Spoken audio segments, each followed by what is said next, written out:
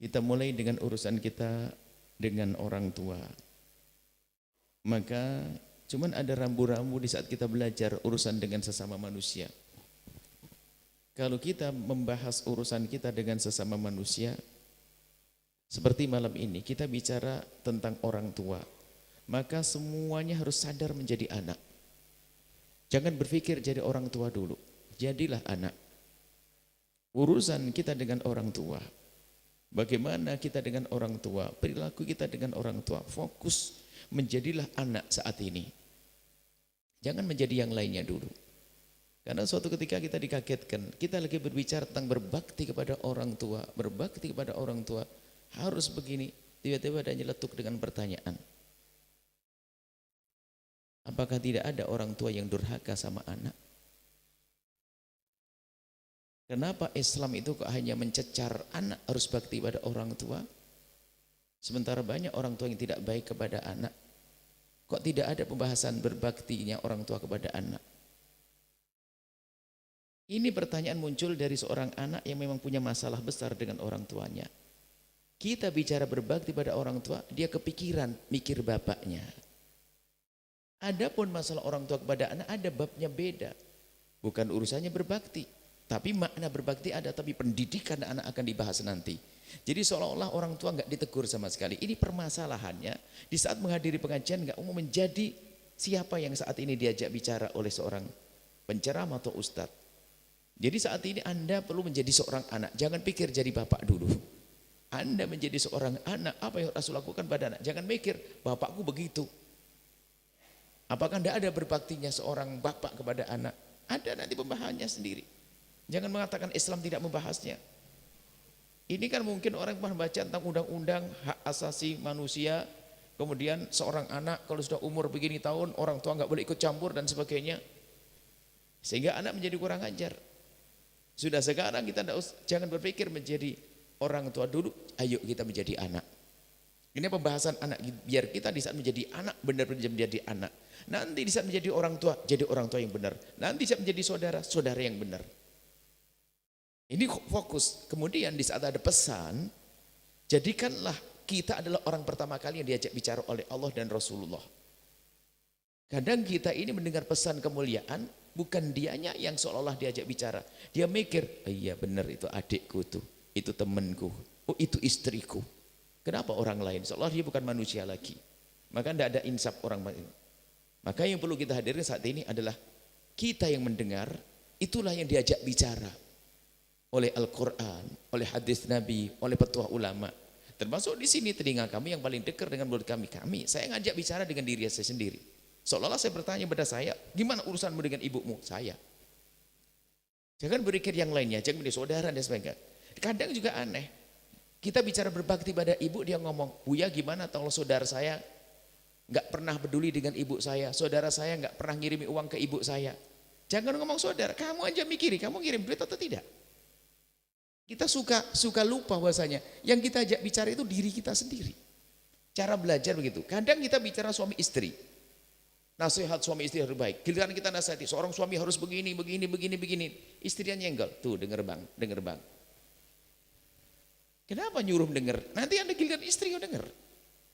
Jadi mari di saat kita belajar, kita serius bahwasanya aku adalah orang yang paling berhak untuk mendengar. Bukan sebelum orang lain. Telingaku ini. Bukan adikku, bukan saudaraku. Aku sebagai seorang anak. Ketahuilah bahwa saya berbakti pada orang tua adalah kewajiban besar. Kalau dalam Al-Quran urutannya setelah kita kepada Allah, kepada orang tua. Wa qadha rabbuka alla ta'budu illa iyyah. Mengabdi kepada Allah yang pertama. Wa bil walidaini ihsana. Kemudian setelah itu berbuat baik kepada kedua orang tua. Tinggi sekali. Orang tua. Anishkurli wali walidaik. Kalau kita wajib bersyukur kepada Allah, ternyata setelah itu kita bersyukur kepada orang tua kita. Artinya kita mengerti kewajiban-kewajiban kepada orang tua. Kami sampaikan bahwa tengok urusanmu dengan orang tuamu wahai anak. Bagaimana dengan ibundamu, ayahandamu? Itulah keberkahan hidupmu. Ingat, tidak akan beruntung dan tidak akan beruntung dan tidak akan beruntung dan akan sengsara di dunia sebelum di akhirat seorang anak yang menjalani hidup dengan durhaka kepada orang tua. Enggak akan bisa ditolong. Siapapun dia. Begitu sebaliknya, kalau dia bisa baik kepada orang tua, Allah akan balas dengan kebaikan. Biarpun itu orang yang tidak beriman, orang kafir tidak beriman, tapi baik dengan bapak ibunya, Allah akan balas. Cuman balasannya hanya di dunia, akan dimudahkan urusan dunianya. Cuman akhirat tidak ada, karena tidak ada iman. Akan diberi oleh Allah. Begitu pentingnya urusan orang tua. Biarpun itu orang, makanya kalau lihat orang kafir, orang tidak beriman, tapi kalau baik dengan bapak ibunya, akan terjaga dia di dunia. Begitu sebaliknya kalau orang durhaka sama orang tuanya, tunggu berita kehancuran, berita kesengsaraan. Mungkin ada seorang berkata, oh aman-aman saja, saya dengan bapak ibu saya nggak baik, tapi bisnis saya sukses kok. Oh tunggu, akan hancur sebentar lagi. Enggak, tetap sukses ini. Ya nanti akan dikirim oleh Allah istri yang kurang ajar pada kamu. Oh enggak, istriku baik. Oh tunggu, muncul anak lebih kejam daripada dia. Harus dihukum oleh Allah. Kullu dzammin yu'akhirullahu 'uqubatah. Semua hukuman akan ditunda oleh Allah nanti. Ila uquqal walidain, kecuali durhaka pada orang tua akan didahulukan di dunia sebelum di akhirat. Orang berbakti pada orang tua ini ada tingkatan-tingkatan. Tingkatan ringan beratnya. Kadang ada model seorang anak sudah tahu bapaknya baik, ibunya baik, tapi dia gak bisa baik kepada orang tua. Na'udzubillah. Ini model na'udzubillah ini. Ibunya baik, bapaknya baik, tapi dia gak tahu diri. Ada yang kedua adalah ibunya tidak baik, bapaknya tidak baik, tapi dia bisa baik. Oh ini paling berat ini, tingkat tinggi. Ada semacam itu. Dan ada orang sampai suatu ketika kabarkan ada orang tuh sama ibunya dipukul masa kecilnya, tapi di Allah titipkan di hatinya adalah cinta, nggak ada dendam. Sampai dikisahkan seseorang sampai tangannya itu tidak berfungsi, seorang non muslim dia dipukul oleh orang tuanya masa kecilnya sampai tangannya itu tidak berfungsi bagian ininya, tapi ini masih utuh, jadi dia masih mendorong. Rupanya dia mendorong ibunya dengan kursi roda, ibunya yang mukuli anaknya sampai seperti ini. Tapi sang anak tidak diberi oleh Allah dendam. Dan di usia yang sangat muda dia diberi oleh Allah kesuksesan urusan dunia. Kadang biarpun ibunya jahat kayak apapun, di hatinya tidak ada dendam. Maka dia akan beruntung di dunia kalau tidak punya iman. Tapi kalau orang beriman akan sambung keberuntungan di akhirat. Ini kan kebalikannya tadi. Ini bapak ibunya baik, tapi nggak bisa. Wah ini sengsaranya sengsara amat. Sehingga anak mentang-mentang. Hati-hati. Nggak usah nengok orang lain, koreksi diri Anda sendiri seperti apa. Mungkin modal sudah dikasih, ini dikasih, semuanya dikasih, ibu bapak kita baik dengan kita. Suudon terus dengan orang tua. Mengatakan orang tua karena tidak adil dan sebagainya. Nah, ini. Kenapa kakak dikasih ini, adik dikasih ini, tidak adil saya. Jangan sekali-kali mengatakan tidak adil pada orang tua. Bisa jadi orang tuamu telah membagi adil, tapi kamu tidak tahu, kan gitu ibaratnya begitu. Kita tidak tahu mungkin. Kita suudon kepada orang tua, jadi prasangka buruk kepada orang tua, sengsara itu anak. Sengsara itu anak. Kemudian ada lagi yang memang orang tuanya baik, anaknya baik.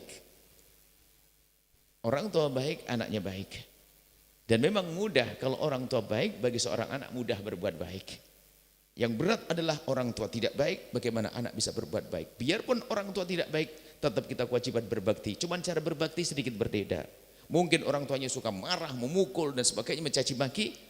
Mungkin berbakti kita tidak harus duduk dengan beliau, akan tapi kita dari jauh, kebutuhannya kita pantau, kemudian keamanannya kita pantau, dengar sakit kita obati. Kan ada orang tua yang mohon maaf mungkin ada permasalahan mental dan sebagainya. Kalau duduk sama anak marah dok, caci maki semuanya. Maka anak minta izin, apakah boleh saya menjauh dari ibu saya? Jika itu menjadikan dia lebih baik, menjauhlah. Tapi bukan menghilangkan pertolongan. Jauh tapi memantau, kirim membantu, kirim ini. Caranya berbeda. Cuman yang jelas wajib kita berbakti pada orang tua, kayak apapun dia. Oh ibu saya, bapak saya penjudi, mabuk dan sebagainya. Gimana bakti saya? Ya tetap. Baktinya bukan berarti kita belikan khamr, minuman keras. Tidak. Kita tetap berbakti. Yang bisa kita lakukan dari kebaikan kita lakukan. Menghentikan, menasihati, mengingatkan dan sebagainya.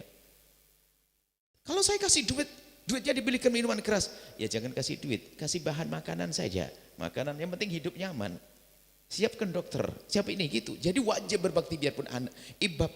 Bapak tidak baik. Yang jelas kita tidak boleh berbuat jahat kepada orang tua, menyakiti orang tua. Kalau orang tua punya kebiasaan jelek, baktinya bukan menolong kejelekannya. Nah seperti itu. Ini harus kita hadirkan. Jangan sampai kita bermusuhan dengan orang tua. Bahkan mohon maaf kalau kita berbeda, orang tua mukul, naudzubillah, semoga tidak ada yang terjadi. Kalau orang tua mukul, mungkin kita membalas, lari, menghindar sejauh-jauhnya supaya kita tidak dipukul. Tapi setelah itu kita kembali dengan pertolongan. Jangan dendam pada orang tua sedikit pun. Jangan dendam pada orang tua.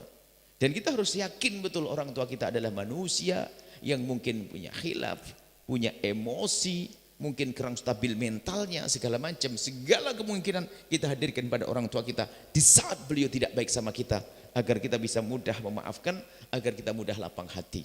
Ini di saat kita menjadi anak harus serius semacam ini. Baru nanti menjadi orang tua babnya beda. Sekarang jangan bicara tentang orang tua, anak. Nah ini berbakti pada orang tua ini Masya Allah luar biasa, keberkahan di balik itu semuanya. Kita mulai dari sopan santun dengan orang tua. Sopan santun dalam perilaku kita, mulailah dari situ. Kalau bertemu dengan orang tua, apa yang Anda lakukan? Cium tangan yang serius. Rasakan telapak tangannya yang kasar karena mencari uang agar kita bisa ke sekolah. Rasakan telapak tangannya itu. Kalau perlu Anda mencuci baju ibunda ayahandamu, ternyata bajunya sangat jelek dibanding bajumu yang kau pakai, agar kau bisa kuliah dengan baju yang keren. Ibumu baju robek dipakai. Pernah tidak kita mencucikan baju ibunda dan ayahanda kita? Tanyakan kepada dirimu, hei orang yang katanya paling soleh hari ini, apa yang Anda lakukan untuk ibundamu? Ibunda kita mencuci baju kita, bukan baju kita, badan kita dicucikan, dimandikan oleh ibunda kita waktu masa kecil kita. Kita belum bisa minta tolong, ibunda kita selalu menolong kita. Ayo menjadi anak yang serius pada malam ini. Kadang kita sudah gede begini, kalau kita habis makan yang mencuci piring kita masih ibunda kita. Iya, kalau kita masih bayi dulu belum bisa ngapa-ngapain, iya ibunda yang mencuci piring kita. Tapi kita sudah seperti ini, kenapa ibunda kita masih mencuci piring kita, mencuci baju kita dan sebagainya. Kadang anak-anak muda yang kuliah itu Masya Allah, kuliah ngekos, pulang hari Jumat, berangkat Ahad. Kalau sudah hari Ahad berkata, mama harus beres mah, cepet mah, pokoknya jangan sampai ada setrikaan biar besok gak repot. Ibunya jadi budak, ibunya jadi babu. Wahai anak sadari, ibu kita bekerja setiap hari cari duit, kita hanya sekolah enak-enak di kampus atau di pondok. Setiap hari ibu kita bekerja mikirin kita.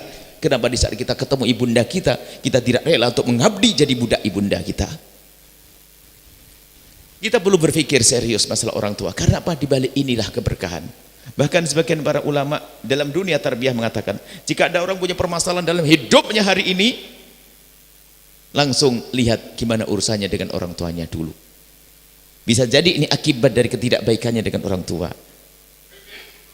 Kalau dokter ngomong, wah penyakit lambungnya dulu dilihat, biasanya begitu ya. Ini pola makan, gitu loh. Jadi dokter dengan ibundamu seperti apa? Dengan ayahandamu. Segera berdamai kalau ingin mendapatkan pertolongan dari Allah. Berdamai dengan orang tua. Ini cium tanganmu yang serius, cium tangan orang tua yang serius. Bertutur katalah yang lembut. Orang tua ngomong kasar, jangan membalas dengan kekasaran. Diam, tidak membalas. Dan jangan nampakkan mimik wajah yang tidak baik dengan orang tua. Sama sekali jangan. Biarpun orang tuamu misalnya mengatakan, jangan. Berlatih untuk ini. Gambarkan kau balik, Anda balik. Bahasanya itu Anda dan anak Anda adalah Anda. Apakah Anda rela di saat, apakah Anda senang kalau anak Anda bermuka cemberut? Kita menjadi anak. Sampai dalam Al-Quran, fala taqul lahuma uffin, termasuk dianggap durhaka itu mengatakan uff. Uff itu bukan memukul, bukan membentak. Hanya kalau berbicara itu tampak kalau kita tuh gak nyaman. Iya ya Mi, iya. Pengen aja segera selesai kalau ngomong. Pengen segera lari. Uff itu atau dojar, maksudnya kalau ngomong iya ya Mi, iya ya. Dikasih tahu iya iya. Kenapa pakai iya iya dua kali? Iya aja kan cukup. Iya Mi. Kalau iya iya itu marah itu. Harus sadar kita sering. Kadang pernahkah kita di saat nasihati orang tua kita sambil begini, iya iya, iya iya sambil mukul-mukul. sambil kita main-main, apalagi sambil nyanyi, dinasihati malah nyanyi. Ayo, sekarang kita perlu koreksi betul tuh. Kita perlu membuat contoh sebanyak-banyaknya model-model orang durhaka halus. Jangan-jangan itu adalah kita. Sehingga nasihat ini adalah menyadarkan, bukan hanya memukul, bukan membentak, bermacam-macam cara orang durhaka kepada orang tua. Atau donjar menampakkan dia tuh kalau berbicara tidak nyaman. Makanya serius duduk dengan orang tua yang baik, bersalaman. Dan di saat Anda bersalaman dengan ibunda ayahanda, jangan buru-buru dilepas tangan ibundamu ayahandamu. Kita menemukan hari ini seorang anak salaman dengan ibunya kayak salaman gengsi. Kalau bersalaman yang serius kau pegang, jangan lepas sebelum ibumu melepas, sebelum ayahmu melepas. Tampakkan kalau dirimu adalah benar-benar rindu, itu akan masuk ke hati ibundamu, menjadikan ridho orang tuamu. Yang salaman aja ragu-ragu. Innalillah, pegang tanganmu, cium tangannya, cium kening ibundamu. Kita berlatih yang sederhana ini. Jangan berani duduk misalnya ibundamu lebih rendah daripada posisi dudukmu dalam keadaan normal. Kecuali kita lagi ceramah, ayah kita di bawah, ibu kita di bawah. Memang ceramah dianjurkan lebih tinggi. Ini sunnah, membuat tempat lebih tinggi itu sunnah. Dan Nabi melakukannya. Kenapa? Biar orang bisa ngelihat. Dalam khutbah Jumat itu disunahkan kita menghadap melihat khutib. Akhirnya semua ceramah begitu, supaya melihat itu konsentrasi lebih, dan ada penyambung hati antara yang melihat dan yang dilihat. Ada yang bicara. Makanya Nabi waktu naik keledai kalau mau ngomong, naik batu yang tinggi, atau istilahnya ada dimimbarkan. Itu adalah dianjurkan supaya kalau kita ngomong di bawah bingung di mana sih ngomongnya gini-gini semuanya. Nah, ini anjuran ini. Kalau bang orang tuamu menyuruhmu untuk berbicara suatu ketika di tempat lebih tinggi ada masalah. Tapi dalam keadaan normal nggak mungkin bisa seorang anak ibunya bekti, kemudian bapaknya di bawah, ibunya di bawah, dia duduk lebih tinggi tempatnya. Ini bentuk akhlak zahir ya, belum masuk batin. Belum masuk batin. Kalau bicara dengan orang tua pastikan kita sering melihat ke bumi daripada melihat ke langit. Biasa ibu, iya umi, iya ayah. Iya ayah, iya ayah, oh iya ayah, iya ayah. Dari bentuk itu penting sekali. Dimulai dari hal-hal semacam ini, dan harus kita latih. Janah dzul itu begitu, tawadhu. Bentuk zahirnya itu zahir tawadhu dulu, perilaku sopan santun kalau berjalan di hadapan orang tua. Ini adalah dari tutur kata, jangan mengangkat suara. Mengangkat suara melebihi dari orang tua. Sampai termasuk orang suatu ketika salah satu sahabat Nabi begitu luar biasanya. Jadi ibundanya itu minta air minum. Cuman waktu dulu kan tidak punya dispenser di rumah. Air pun harus ngambil tempat yang jauh. Ibunya minta, nak tolong ambilin aku minum. Iya ayah, iya umi. Diambilin minum. Rumahnya agak jauh. Balik, ibunya tidur. Karena ibunya tidur, dia tidak tega membangunkan. Mau ditinggal takut ibunya bangun. Dia nunggu di depannya sampai pagi. Bayangkan sampai derajat semacam itu. Takut ditinggal terus itu, ibunya tidak tahu, nunggu anaknya. Itu adalah tingkat berbakti. Dan apa yang bisa menghantarkan seperti itu? Hatinya. Dan ingat, berbakti pada orang tua bukan basa-basi ya. Tuluskan hati. Basa-basi gak berguna. Ada basa-basi sama ibunya baik, santun, mijut, ngeladeni semuanya. Ibunya sakit, dia bersihkan, mandikan dan sebagainya. Wah, kayaknya anak berbakti.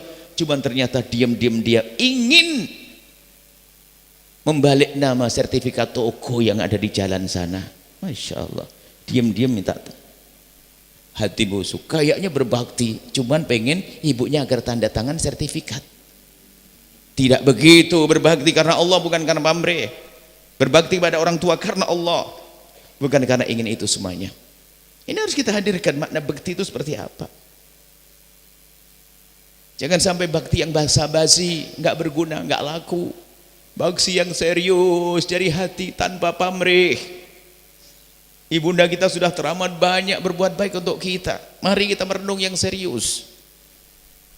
Suatu ketika ada pada zaman Sayyidina Abdullah bin Umar, seorang alim besar, putra dari Sayyidina Umar bin Khattab, mujtahid zaman itu, imam terbesarnya waktu itu, lagi tawaf Kemudian sa'i begitu. Melihat seorang anak muda yang menggendong ibundanya untuk tawaf. Kemudian sa'i. Karena waktu zaman itu, zaman sahabat Nabi, orang tawaf masih kelihatan, jumlah jamaahnya masih kelihatan kalau umrah dan haji. Bukan seperti hari ini nggak kelihatan, full sekarang. Semoga Allah mudahkan kita untuk umrah dan haji. Oh, sekarang padat ini. Sekarang sa'i saja kayak berdesak-desaan, Masya Allah. Setelah sang anak muda itu selesai menggendong ibundanya untuk tawaf dan sa'i, diturunkan ibundanya, diduduk di tempat yang enak, diambilkan air zam-zam. Setelah itu minta izin Umi, saya mau ngadep kepada Abdullah bin Umar.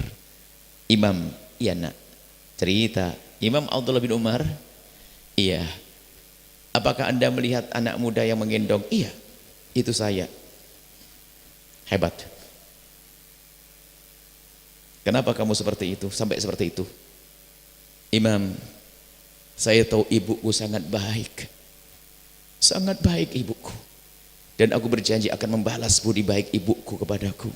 Dan aku berjanji apapun yang ibu inginkan akan aku turuti. Aku ingin berbuat baik. Dan ibuku menginginkan untuk umrah. Untuk ihram seperti ini. Dan aku gendong, ini merah, luka. Apakah yang aku lakukan ini sudah bisa membalas budi baik ibundaku? Sayyidina Umar ditanya seperti, saya ini Abdullah bin Umar ditanya seperti itu, jawab nggak pakai mikir, tidak. Kau tidak akan mampu membalas jasa baik ibundamu. Ketahuilah, seorang ibunda di saat melahirkan seorang anak, taruhannya adalah nyawa. Tapi kau menggendong anak tidak pernah pakai taruhan nyawa. Kemudian lihat seorang ibunda setelah melahirkan anak dengan susah payah yang taruhannya nyawa, kemudian setelah itu seorang ibunda menimang anak, menggendong anak. Apa yang ada di pikiran dan hatinya setelah melihat menggendong anak yang merah itu, berkata, kapan kau segera besar nak, kapan kau buka mata nak, kapan kau bisa tengkurap nak, kapan kau bisa merangkak nak, kapan kau bisa berdiri dan mulai berjalan. Selalu, kapan kau bisa, selalu seorang tua di saat menggendong anaknya, seorang ibu harapannya adalah perkembangan, kapan menjadi gede, kapan. Itulah seorang ibu di saat menggendong sang anak. Tapi ingat wahai anak muda, banyak seorang anak di saat menggendong ibundanya yang sakit, yang ada di hatinya, kapan ibuku meninggal, tanpa disadari omongan itu. Ini harus serius dengan orang tua, sebab kehancuran hidup kita karena keberkahan dicabut dengan orang tua. Dan tidak ada kata terlambat wahai anda yang paling durhaka sekalipun. Hari ini waktunya berdamai dengan ibunda ayah anda. Jangan sombong, sudah selesaikan hari ini, aku akan kembali, akan aku selesaikan urusanku dengan ibuku. Tidak, aku tidak boleh seperti ini terus. Di akhirat lebih serem lagi, hukuman di neraka lebih serem lagi. Belum lagi di dunia akan dihancurkan, di dunia akan dihukum oleh Allah. Dan berbakti itu yang serius, dengan hati, bukan basa-basi. Kemudian tadi kami sampaikan, dari dua sisi duduk, tutur kata. Yang aktif, mohon maaf, kami sering guyonan dengan anak-anak santri. Nah, kau bisa mijit atau tidak? Coba kalau kedek-dekan ibundamu, turunkan jemarimu ke telapak tangan ayahandamu, ibundamu. Belajar refleksi yang enak sambil ngobrol, Umi gimana kabar? Oh ini masuk ke hati, biarpun yang dipijit hanya telapak kaki. Tanganmu, jangan gengsi, jangan sombong. Itu dulu setiap hari memijitin punggungmu. Apalagi di saat masuk angin, di saat kita muntah, di saat kita sakit perut, itu tangan ibunda yang sudah lama memijitin badan kita. Oke lah, sesaat sekarang kita giliran. Jangan gengsi, sudahlah, tinggalkan kesombongan.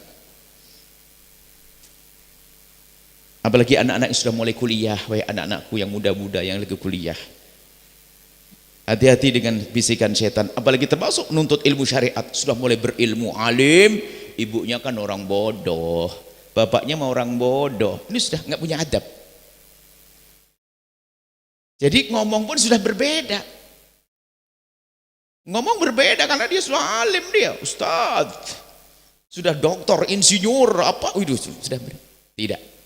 Setinggi apapun dirimu, Anda tetap anak, ibumu adalah ibumu. Tutur katamu tetap yang lembut, sopan santun, bahkan harus lebih sopan santun kepada ibunda. Apalagi kita sudah bisa, karena mulai bisa ini sombong, gengsi salaman sama anak. Amri mulai kuliah saja sudah merasa, wah, padahal ibunda kita menginginkan kita selalu lebih dari orang tua. Sampai dikisahkan ada gengsi malu dengan orang tua. Karena orang tua bajunya sederhana. Demi padahal orang tuanya bajunya sederhana, bukan karena tidak bisa beli baju, karena memang pengen bajunya yang bagus hanya anaknya saja. Baju robek dipakai, dijahit. Ada seorang anak gadis, dia kuliah di sebuah tempat. Kuliah. Setiap Jumat sore turun. Karena kebetulan tempat kosnya itu sedikit naik begini. Dipandang oleh teman-temannya, ini anak baik banget. Karena apa? Biar orang tuanya nggak usah naik. Jadi turun ke bawah langsung ngambil barang kiriman dari orang tua. Dan itu berjalan beberapa tahun. Terungkap setelah itu, kenapa kok anak ini turun? Turun, rupanya apa? Tidak ingin ayahnya mendekati ke kosannya. Karena apa? Dia malu. Rupanya ayahnya waktu nganteri piring kiriman itu pakai sepeda engkol. Jadi biar nggak ketahuan sama temennya, disambut dari jauh-jauh, kirain menghormati bapak ibunya. Rupanya gengsi malu ngelihat bapak ibunya. Bahkan mungkin seorang berkata di saat ibunya kelihatan, mohon maaf, anak muda yang mulai perlente, baju keren dan sebagainya, ngelihat ibunya ini sudah mohon maaf, ada sedikit pikun dan sebagainya, ditanya itu siapa? Pembantu. Oh, sengsara anak ini. Ibunya dibilang begitu. Hati-hati. Kita perlu merenung yang dalam. Setelah itu Allah akan berikan kepada anda kebahagiaan. Ridho fi ridhol walidain. Ibunda kita senang, Allah akan ridho kepada kita. Ini harus kita hadirkan renungan semacam ini. Tapi ada sebab-sebab menjadi durhaka itu ada di antaranya. Di antaranya pasangan. Pasangan. Suami tidak mendukung istrinya baik-baik dengan bapak ibunya. Istri tidak mendukung suaminya baik-baik dengan bapak ibunya. Ada model begitu tuh. Maka kita balik rumus orang-orang yang sengsara menjadi rumus orang bahagia. Maka sederhana, wahai suami, ajari istrimu agar semakin baik dengan bapak ibunya, bukan ibumu. Hai para istri, ajari suamimu agar semakin baik dengan bapak ibunya. Kalau ternyata anda menemukan, wahai para istri, menemukan suamimu kok kurang santun kepada ayah ibunya, anda ingatkan. Karena apa? Jika engkau wahai istri punya suami yang baik dengan bapak ibunya, dia suami penuh berkah yang soleh, dia layak menitipkan benih di rahimmu. Akan muncul nanti anak yang baik. Tapi kalau suami yang durhaka akan titip benih di rahim, jadi anak lebih jahat lagi, jangan-jangan. Begitu sebaliknya, wahai para suami, jika istrimu engkau ajari baik dengan bapak ibunya, baik dengan bapak ibunya, lalu dia menjadi wanita yang solehah, layak engkau menitipkan benih di rahimnya, akan lahir nanti anak yang baik yang bisa berbakti kepada Allah dan Rasulnya dan berbakti kepada anda. Kita perlu serius masalah-masalah semacam ini. Ini berbakti bukan basa-basi, bukan, serius dengan hati. Kalau basa-basi nggak berguna, anak gadis di rumah jam 9 malam bunyi dapur klotak-klotek, ibunya nyuci piring, dia masih main handphone di kamarnya sambil ngintip. Rupanya ibunya nyuci piring, rupanya banyak banget ada tamu tadi, dia ngintip, ditutup lagi pintunya, ngintip, tutup lagi pintunya, sudah sampai ternyata akhir tinggal 1-2 piring, kemudian keluar pura-pura ngomong, mama kenapa tidak kasih tahu teteh biar teteh yang mencucinya. Basa-basi nggak berguna. Kalau anak punya bakti, dengar piring berbunyi dia akan lompat ke dapur. Kenapa umi jam begini masih mencuci piring? Tidak akan tega di saat dia nganggur ibunya menyapu, tidak akan tega. Laki-laki sekalipun tidak ada istilah pamali utusan orang tua. Kadang ini pendidikan pamali itu, anak laki-laki nggak boleh ke dapur. Loh, ibunya sudah jadi babu terus. Ke dapur sebagai seorang laki-laki nggak ada masalah, sapu, gantikan tugas ibu, bantu ibu paling tidak. Masya Allah, mudah untuk mencari kebahagiaan. Kita menjun baginda Nabi, seorang yang paling mulia di dunia dan di akhirat, yakumu manjilau, biasa mencuci, menyapu, nggak usah gengsi. Masih banyak harus kita lakukan untuk orang tua kita. Termasuk nanti akan kita lanjutkan bagaimana kita baik dengan saudara-saudara kita. Itu tanda bakti pada orang tua. Makanya kita semua merenung bakti kepada orang tua. Jadi berbakti itu halus. Begitu juga yang namanya durhaka halus. Berbakti itu halus. Jadi memang dari hati. Ya kayak tadi dengar piring berbunyi. Sampai kita gambarkan suatu ketika bakti itu halus. Saya pernah, ini kami ulang-ulang kisah ini, bagi kami itu kisah indah seorang anak muda yang dulu sekolah itu, kalau sekolah dulu itu naik sepeda. Zaman dulu, sekarang kan zaman motor, sekarang mobil, motor, angkot. Dulu enggak, di kampung pakai sepeda. Dan tradisi di kampung tuh kalau lagi mau berangkat sekolah, itu bisa saling nyamperin, akrab banget. Ting ting ting ting ting ting ting. Oh, sudah 4 sepeda nemeni temannya. Nanti semakin 5, 6, jadi rame. Pulangnya aja, wah, pulangnya juga itu. Suatu ketika ada seorang anak muda, anak SMP kelas 3 begitu, disamperin sama sahabatnya. Ting ting, ayo cepat, kesiangan nanti. Rupanya sang anak muda ini lagi makan pagi, lagi sarapan, dibilang kesiangan, dia buru-buru dong, kesiangan beneran kan ketinggalan, langsung cuci tangan, dia ambil tas, cium tangan ibunya, pergi. Sekolahnya mah nggak jauh, 1,5 kilo, 2 kilo lah. Setelah sampai sekolahan anak muda ini, teman-temannya masuk kelas, teman-temannya nyampe, nyandarkan sepeda, masuk kelas, tiba-tiba dia balik lagi pulang ke rumahnya. Setelah balik pulang ke rumahnya, balik lagi sekolah, teman-temannya nunggu. Ngelihat ini kenapa sudah sampai sekolahan kok balik lagi pulang ke rumah. Ditanya, kenapa kamu pulang, ada ketinggalan ya? Enggak. Terus kenapa kamu pulang? Ya tadi waktu kamu nyamperin aku tuh, kamu bilang buru-buru, kesiangan. Akhirnya aku buru-buru, aku kan lagi makan. Terus ya aku kan lagi makan.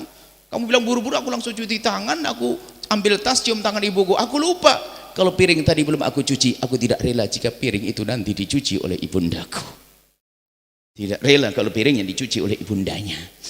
Nggak tega, itu dari hati. Nggak tega ibunya mencuci piringnya. Hari ini anak muda atau anak perempuan yang sudah gede, kuliah dan sebagainya, mama sekalian, ibunya nyuci sekalian. Mestinya bilang, mama biar saya mencuci. Ketahuilah, dengan orang tua akan ada keberkahan yang luar biasa. Ayo serius merenungi hal ini.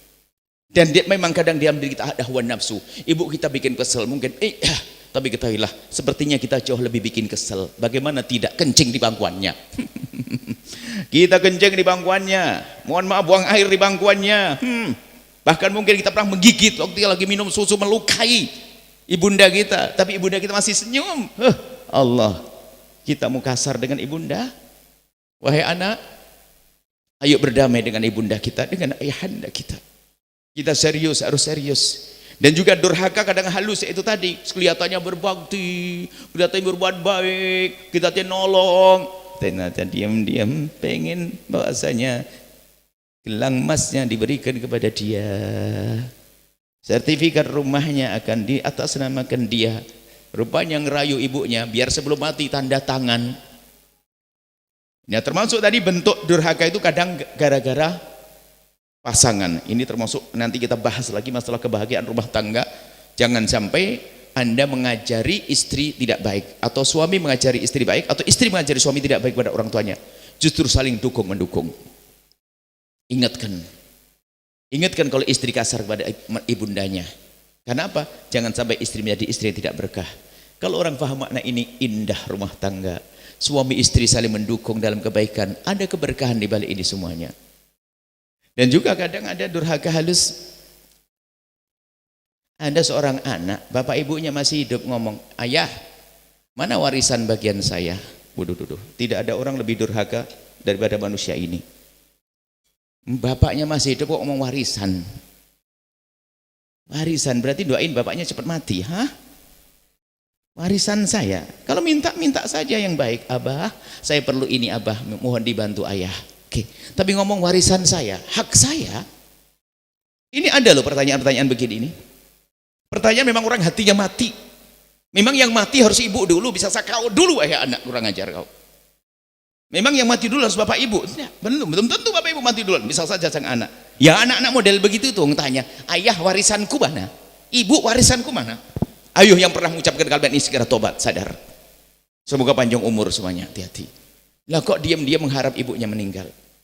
Makanya kami sampaikan, kita saat ini menjadi anak yang serius. Jangan Anda bicara tentang ayah. Oh ayahku begini, ini bukan urusan itu. Nanti babnya beda. Kita sekarang menjadi anak yang serius. Nanti pulang ke rumah, lihat. Ke rumah yang serius. Kita berdamai dengan ibunda ayahanda. Mungkin Anda berkata, ibunda saya jauh, bagaimana saya? Kedekatan tidak jaminan kita bisa berbakti. Kalau memang Anda jauh, tapi jangan ragu. Anda bisa berbuat baik dengan apapun yang Anda miliki, yang Allah berikan, harta, bantuan, dan seterusnya. Harus kita jauh, berjauhan. Dan memang juga berbakti itu memang harus ngikuti alur gini. Tidak semua orang tua itu senang dengan berbagai cara bakti yang kita berikan. Contoh, Anda punya rumah di kota sudah mewah, bagus, ibunya di kampung, belum tentu loh mau diajak ke kota, jangan dipaksain. Karena dia merasakan nyaman di kampung dengan tungku dari kabam, tungku tradisional yang pakai kayu, nyalakannya sambil kipas-kipas, asapnya satu dapur, sambil gini. Kalau Anda batuk-batuk, ibunda Anda menikmati. Karena apa? Kenangan itu waktu nyusui Anda masa kecil dulu. Dibawa ke kota belum tentu mau itu orang tua. Dan kita punya pengalaman, ibunda kami dibawa dari Blitar, wah, pakai rayuan panjang lebar. Di samping kita rebutan dengan kakak menginginkan ibu di beliau. Kita namanya berebutan kan boleh, rebutan kebaikan. Biarpun pada akhirnya mau ke Cirebon. Padahal di rumahnya tungku tradisional, pakai kayu. Jalannya tuh licin. Mau dibetulin tak usah, biar gitu saja. Kadang begitu. Makanya Anda pun jangan memaksa. Umi harus pindah, saya siapkan rumah, nggak mau. Anda sudah mulai emosi. Biarin suka-suka. Cuman kalau seandainya mau ke rumah Anda, tolong. Kalau lagi ke rumah Anda, pastikan beri tempat yang paling istimewa. Kadang seorang anak nggak tahu merasa gengsi atau bagaimana dengan pasangannya, sehingga menjadi tidak baik dengan ibunya. Sampai suatu ketika gambarannya begini. Seorang anak ini disekolahkan oleh ibunya. Yang ibunya hanya seorang yang sangat sederhana. Nurunkan daun pisang sore hari, paginya dijual. Nurunkan sore hari, paginya dijual. Sampai tiba-tiba dikagetkan dengan anaknya yang sudah selesai SMA, lalu pengen kuliah. Ibunya mikir, kuliah itu biasanya biayanya berat. Cuman tanya berapa sih nak biayanya kalau masuk kuliah? Begini Umi, begini. Dia memindah sambil memegang telinganya, anting. Kemudian ada cincin. Dia ingat di bawah bantalnya ada uang yang disimpannya. Lalu dikumpulin dibawa ke pasar, sampai terwujud uang sesuai yang diinginkan oleh anaknya, bisa kuliah anaknya. Dan kebetulan anak itu memang pinter, dalam beberapa waktu sudah mendapatkan beasiswa, selesai S1. Kemudian ternyata dia anak cerdas, dilirik oleh seorang yang sudah sukses, lalu dinikahi, sampai subhanallah bisa bangun rumah bagus di kota. Bangun bagus di kota. Setelah beberapa lama, sang suami menginginkan, Dek, gimana kalau ibu kita boyong ke kota? Dia sudah memutuskan, nggak kira mau, padahal belum nyoba. Nggak kira mau, belum nyoba. Karena merasa dia dari keluarga fakir, dinikahi orang kaya. Dia hati-hati, pernikahan yang nggak sebanding ini harus menata hati. Yang satu melarat, satu kaya, seharusnya menjadi tolong menolong, bukan menjadi kita minder. Lah sang perempuan ini mau manggil ibunya nggak? Cobalah, Dek, ditelepon betul, ibunya ogah-ogahan. Akhirnya betul, dirayu-rayu ibunya mau pergi ke kota. Sudah punya cucu, sudah punya anak ini anak dari berarti cucunya ibu. Makan pertama di meja makan pertama. Hari pertama makan di meja makan. Ibunya itu di rumah itu dulu tuh kalau makan biasa pakai nasi tim. Kalau orang Jawa Timur nasi tim itu nasi diliwet lembut-lembut amat. Lembut itu nasi tim itu, kemudian airnya agak banyak sehingga lembut. Orang tua enak begitu. Ditelan setengah bubur tapi sudah setengah kayak ketupat begitu. Tapi lembut, itu namanya tim. Dikasih kuah langsung ditelan enak. Ibunya itu biasa makan begitu. Nah cuman karena ini anak nggak pernah ngabdi ke ibunya, sekolah tok, jadi dikasih nasi kasar. Ya tidak sengaja, cuman karena tidak tahu saja. Ibunya karena ada nasinya kasar nggak mau cerewet, hanya mau dilembutkan nggak bisa, mau ngambil kuah. Rupanya namanya ibu agak sepuh, mejanya agak tinggi, kuah itu diangkat begini, sendoknya nyangkut tumpah. Ngambil lagi yang kedua, tumpah lagi. Sang anak ini bukan langsung menolong, lihat saja. Giliran ketiga, tumpah lagi. Mama, kenapa ditumpahin lagi? Ibunya mulai dibentak. Karena dia merasa gengsi sepertinya. Karena punya ibu kayak begitu. Kalau udah begitu, buatin meja sendiri aja, jangan makan di sini. Allah, mulai ini. Hati-hati. Model-model orang gengsi begini nih. Padahal ibunya menyekolahkan dia. Ada model-model halus. Pokoknya coba, sebetulnya kita membuat 1000 contoh. Jangan-jangan saya masuk di dalamnya orang yang durhaka. Gengsi dengan orang tuanya. Nggak mau ibunya makan bersama. Karena mungkin belepotan dan sebagainya. Mestinya dia sebagai seorang anak, ambilkan tuangkan dong. Atau bertanya, senangnya apa Umi? Sampai selera nasi lembut saja nggak tahu. Ini anak apa itu? Mesti tahu selera Umi, keinginan Umi, kesenangan Umi. Siapkan semuanya, paling suka Umi. Begitu. Jadilah Anda anak yang betul-betul berbakti, jangan sampai jadi anak durhaka. Ini gambaran itu untuk mencermati keadaan diri kita sendiri. Ya. Jadi kadang-kadang hal semacam ini nggak diperhatikan. Cuek ibunya, Masya Allah. Ibunda kita kalau sakit jangan mengeluh, nggak akan ngomong kepada anaknya. Kita sedikit saja sedang ngadu ke orang tua. Baik, inilah mungkin bisa kita hadirkan pada malam hari ini. Kita ayo nanti akan kita sambungkan esok hari, kita menjadi orang tua deh, besoknya menjadi saudara. Jadi malam ini kita serius menjadi seorang anak yang baik. Dan Anda tidak usah ragu, kalaupun Anda memang golongan anak yang durhaka di hari kemarin, hari ini adalah malam berdamai, malam Lailatul Qadar insyaallah. Dan jangan ragu, jangan sombong, percuma Anda akan sia-sia, akan Anda ngerugi. Ayo datang ke orang tua. Kemudian ini ada, mohon maaf, ini godaan juga. Kita menjadi kurang berbakti gara-gara ada saudara yang enggak berbakti. Ibunda minta ke kita uang, kita punya duit. Ibunda minta lagi kita punya duit. Ternyata ngelihat abang enggak pernah ngasih duit, ngomong, kok saya terus? Kok saya terus? Ini godaan juga ini. Kok dikit-dikit kita terus? Kan anaknya bukan kita tok. Astagfirullahaladzim. Mestinya dia bangga kalau dia bisa menolong ibunya, nggak usah mikir. Makanya kadang-kadang abangnya yang durhaka itu menjadikan dia berubah hatinya. Mestinya ibunya alhamdulillah aku lagi, nggak usah. Kok kita terus?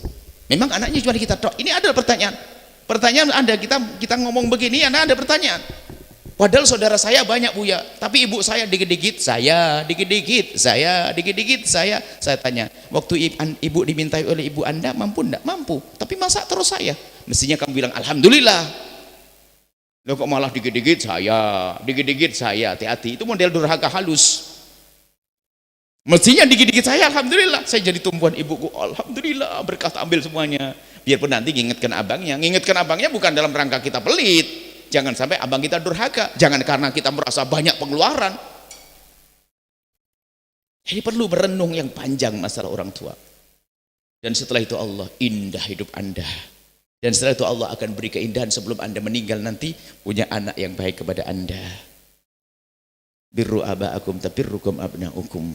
Kalau kau baik dengan ayah ibundamu, Allah akan kirim anak-anak yang baik kepada Anda. Kalau kita tidak berbakti pada orang tua, na'udzubillah, Masya Allah, anak durhaka. Kita masih hidup sudah diseksa, didoain kapan mati. Nggak ada mengabdi pada kita, na'udzubillah. Baik, ini saja insya Allah. Tolong jangan nengok orang lain. Mungkin ada saudara Anda yang tidak berbakti, mungkin ada teman Anda, bukan urusan Anda, ngurus diri Anda sendiri. Bagaimana urusanmu dengan ibumu, dengan ayahmu dan seterusnya. Mungkin ada, mohon maaf, ini tertinggal. Ada punya ibu yang mungkin punya masa lalu kelam, mohon maaf.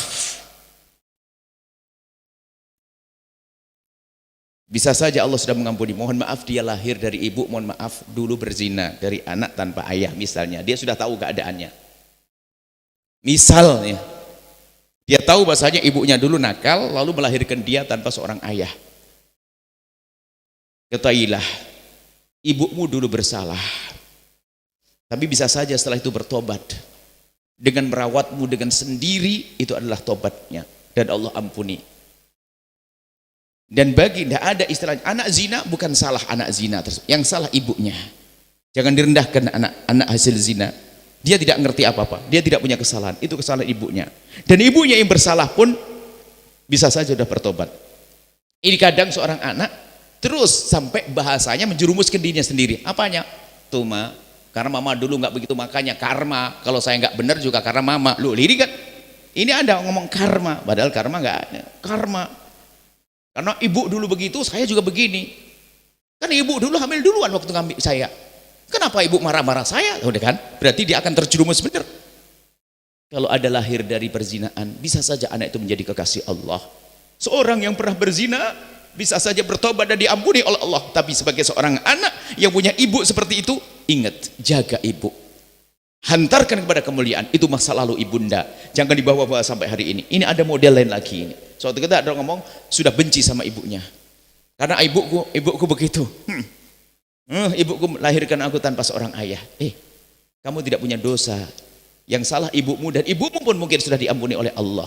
Jadi jangan sampai ada alasan celah setan untuk menjadikan Anda bermusuhan dengan ibunda. Kita perlu membuat contoh bermacam-macam. Ini saja insya Allah.